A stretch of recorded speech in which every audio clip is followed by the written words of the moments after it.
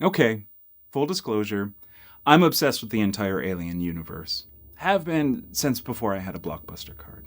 And while I've been enjoying the new series, the designer in me has zeroed in on one detail to the point of distraction: the opening titles of Alien Earth. Most shows treat their title sequence like a logo, static and unchanging. But in Alien Earth, the titles, like the xenomorph, adapt and change. They mutate with each episode, shifting imagery and tone, while the typography and music remain constant. And that's not a design trick, it's the show telling us before a single scene begins that nothing here is stable, nothing is safe, and everything is subject to change.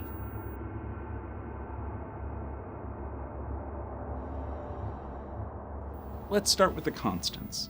First, the typography. The letters of Alien stretching apart, echoing Ridley Scott's 1979 original. That slow reveal has always been the DNA of the franchise. Patient, unnerving, making you wait for the monster you know is coming.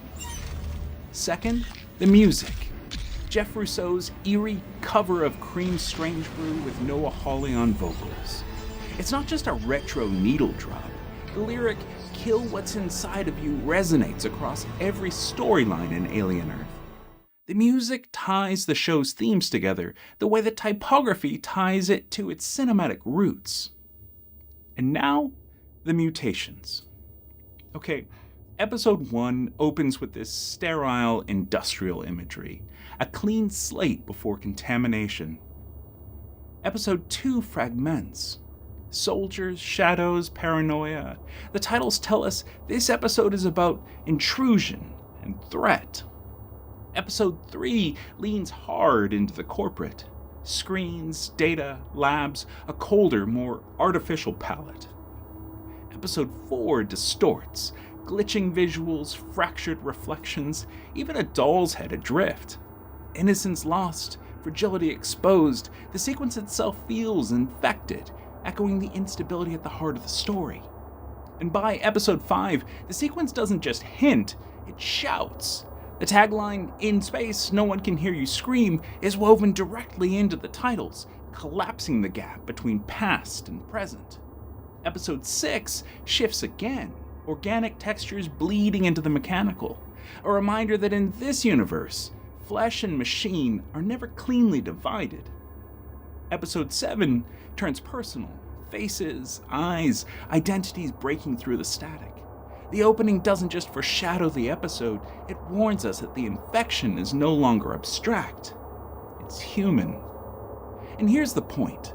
Most shows treat their titles as branding, but Alien Earth makes the opening sequence an organism. The typography and the music are the DNA, constant and unchanging. The imagery is the phenotype, what we see in each environment, each episode. And that's the essence of Alien. Horror isn't about familiarity, it's about unease.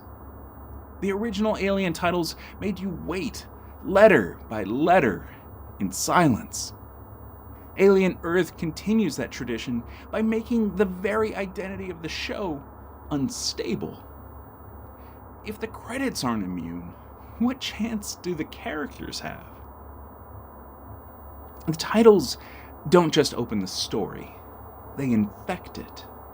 And in the Alien universe, that's the only promise we can trust. If you want more deep dives into the lore itself, I've started a second channel called Alien Versus, where I'll be unpacking the full mythology of Alien and Predator. Here on Creative Briefs, we'll keep talking design in the world of Alien all October long, because even in space, design is what makes the nightmare real. All right, I'll see you in the next one.